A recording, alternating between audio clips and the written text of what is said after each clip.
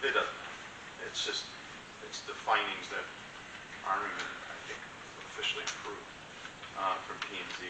It's irrelevant. They can't change the code.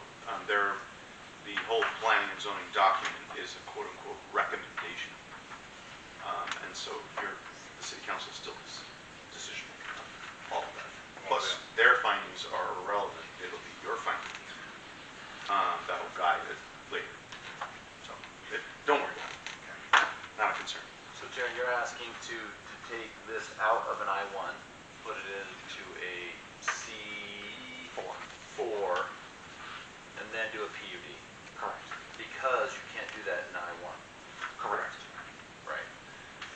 Even though Dan and I, or the council at the time, agreed that this is going to be our industrial park, all Not all I wasn't privy to those conversations, so I don't want to say this is what I've gleaned from the various conversations. However, I will say that, as Mr. Fitzer can attest, these kinds of decisions, they're all over the place.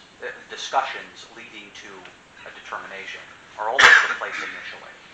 That's the whole point of going through a PUD or going through a conceptual master plan of property that is this large. So, correct me if I'm wrong, Mr. Mayor, I think the idea is that we would like an industrial base here.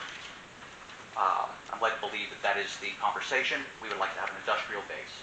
As part of that industrial base, the hand is forced of having all I-1, the hand is forced to include a buffer because it was part of the annexation agreement.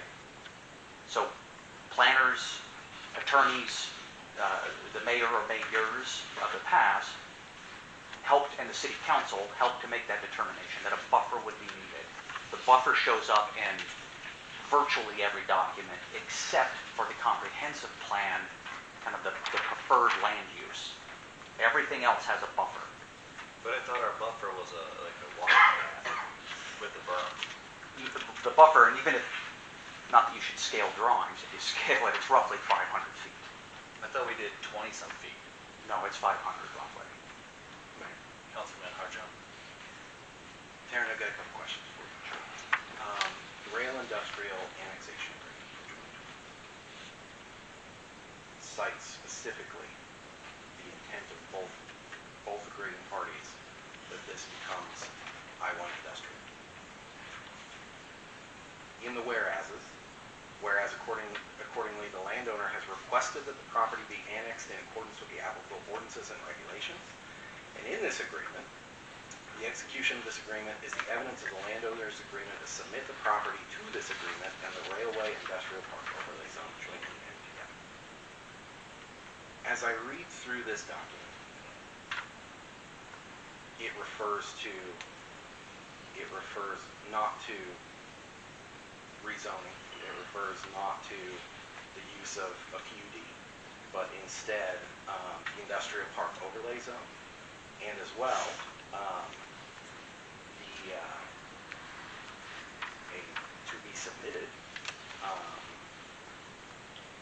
overlay that is discussed both in the comp plan and in our ordinances. According to this document, there's nothing in here with the intent of a residential zone, a residential buffer. Help me understand where the perspective comes from that residential was the target of the agreement. Because in text, I find nothing. Of course. Purchase and sale, show it. So a comprehensive plan is not the Bible. So it is not fact, law, thank you. It is I would say, a direction and provides clarification for incoming parties as to what is desirable. Is that a good way to phrase it? It is. What is desirable? We, and I wasn't going to talk about this really, well, it is pertinent, it is germane to the discussion.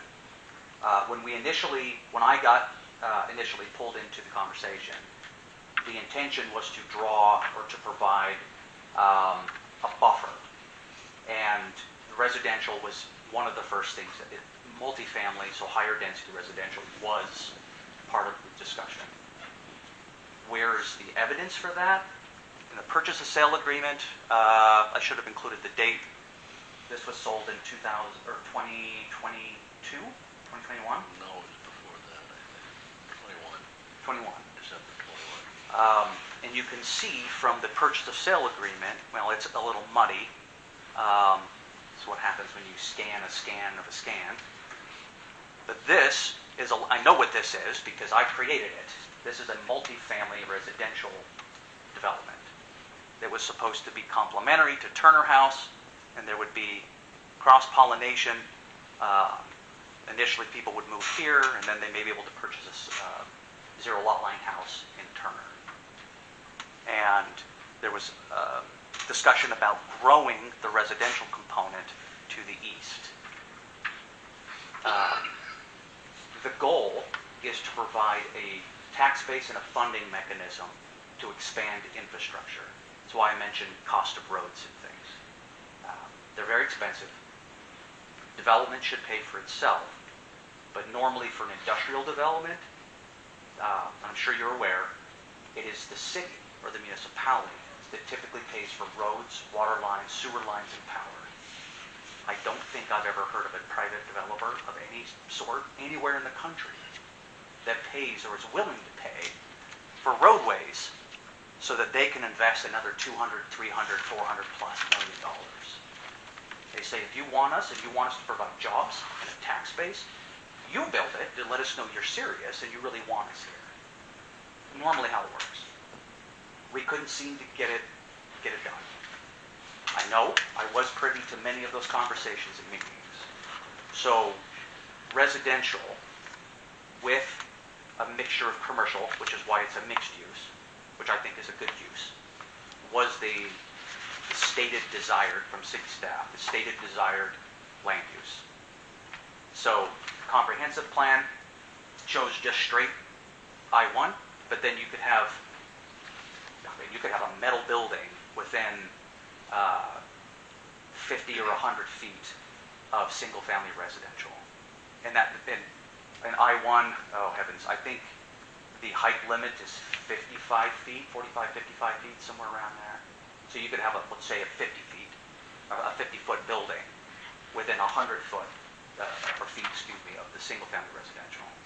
So, as part of the workshops, we discussed what was brought as a topic of discussion. Would we be willing to take a 3-story apartment, make it 2 stories, to lessen the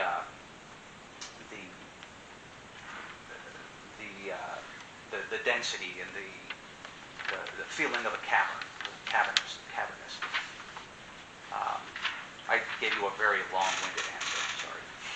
Well, I appreciate that. Again,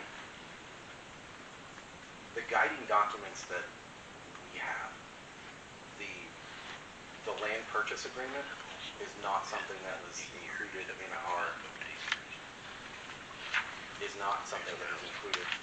to any of this body. Our guiding documents are those which have been ratified by iterations of this body before us. That equals Rail Industrial Annexation Agreement, the 2020 Comprehensive Plan, and in no part of either of these does it define any residential component in that area.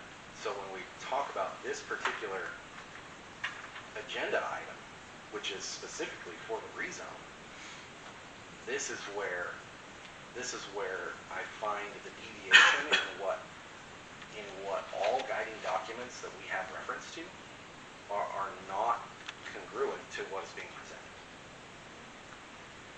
3.7 of the comprehensive plan describes complete the proposed rail industrial park to allow for a rail-served industrial and manufacturing sector. In no portion of this does it discuss residential. In the rail industrial annexation agreement, even on the overlay map in Exhibit B, there is a buffer zone. And by the unit of measure provided in that, comparative to the maps of the layout of what Bennett Ranch Station appears to be in a preliminary plat offering, those are very different overlay maps, very different uses. As it pertains to the rezone specifically, this seems to be in conflict with exactly what was applied and agreed to in 2020. And I think that's my biggest struggle with rectifying what's being presented and what we have to operate on. Did you read through, and I imagine you did, very thorough, so I appreciate the comment, Councilman.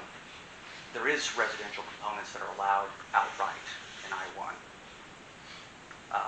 not the least of which is senior living or assisted living, a much, much, much more sensitive land use than multifamily.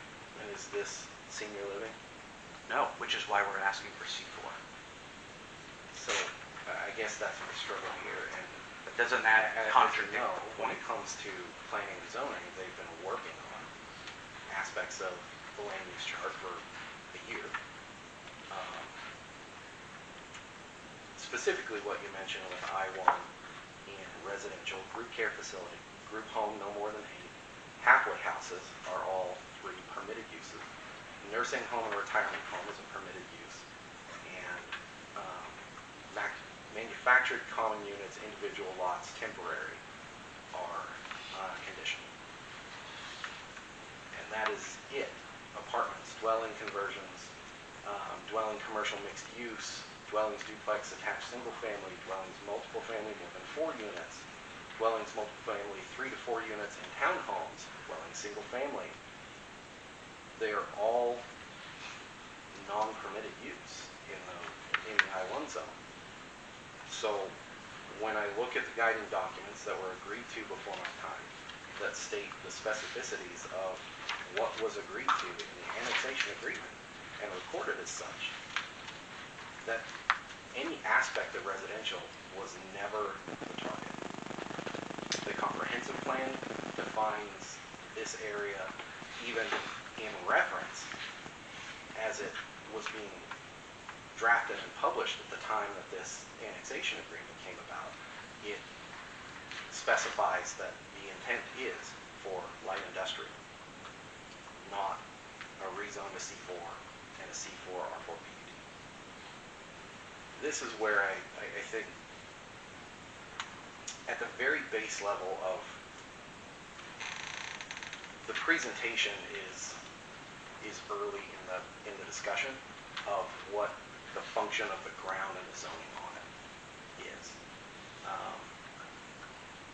I have fundamental trouble understanding why the city would deviate from the I-1 agreement in the rail industrial annexation agreement to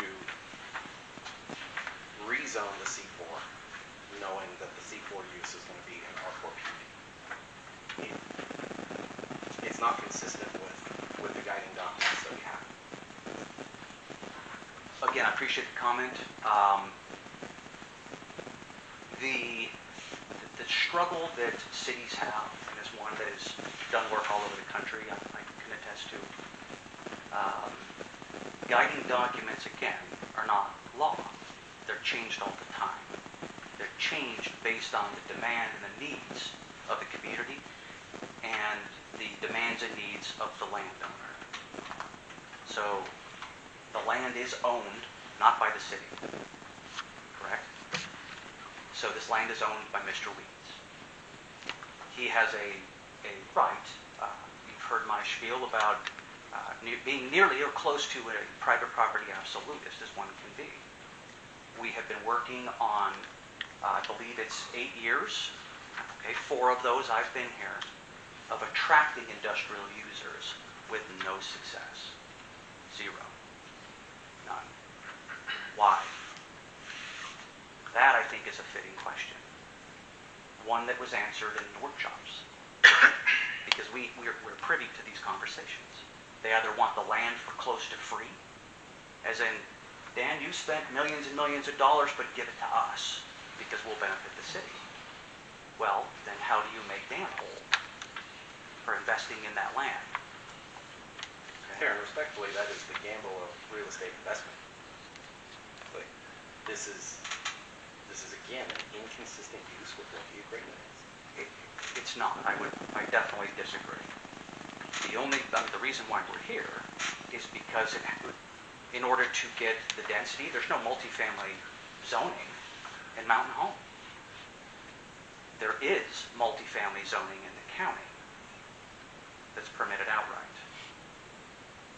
So, as Dan mentioned, we want to do what's right.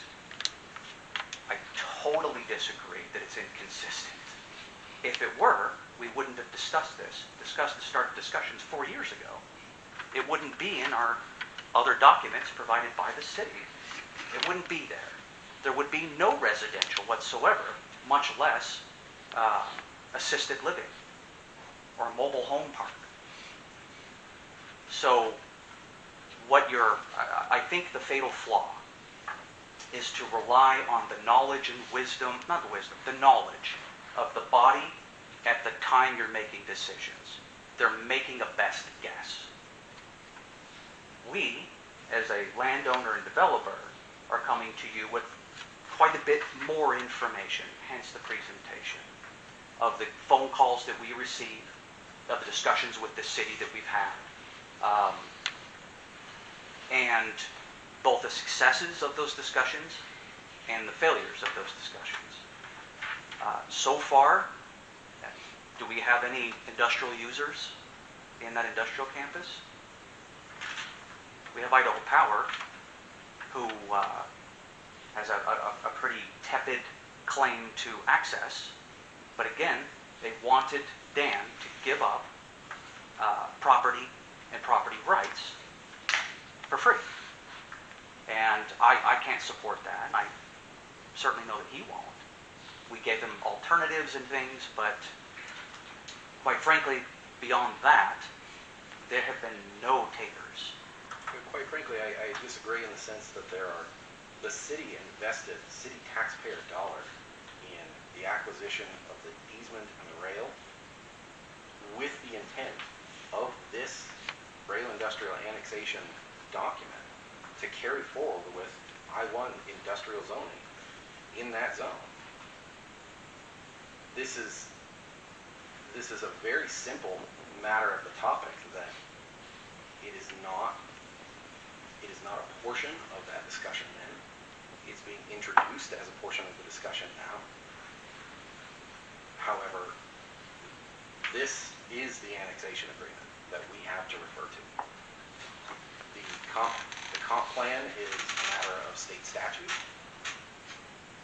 as our guiding document, and planning and zoning's guiding document to how a comprehensive growth initiative of a city begins to take place. And you're right, it is not word for word in prescription. However, it is a guiding document. It is not law. But again, this is an investment from both the municipality and the community towards being lawful in the creation and observance of that document, and as well our investment as a city in that rail industrial park. We've already spent money as a city. Again, with the intent that this annexation agreement carries. Who wants to go first? Councilwoman Garvey? I'm choosing my words carefully. So you mentioned about the cost of land and money, and I do recall several months ago that this land that we're talking about was up for sale for a substantial amount of money. Substantial. So, Which land? the land that Danny owns as an industrial park. There were signs everywhere. Anyway, so is it that we are not attracting industrial, or is it that the land is unaffordable to people such as Idaho Power, and I happen to know a little bit of backstory of Idaho Power and what happened there. So is it that the land is unaffordable, or is it that we don't have industry coming here? So we have several questions here. And I have another question. This is more for Paul, and maybe it's just me thinking weirdly. So does the agreement from 2005 that says, we'll give them right away, is that negated or superseded by the 2020 agreement that says on 4.2 that Wheatson Company,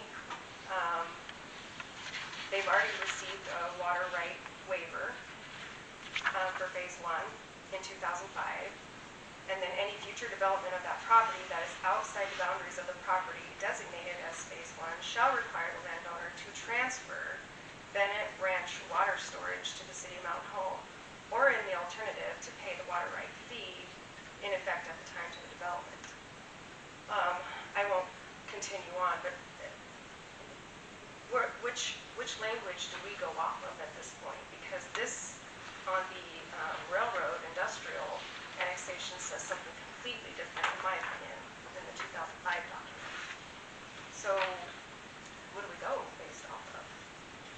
As a matter of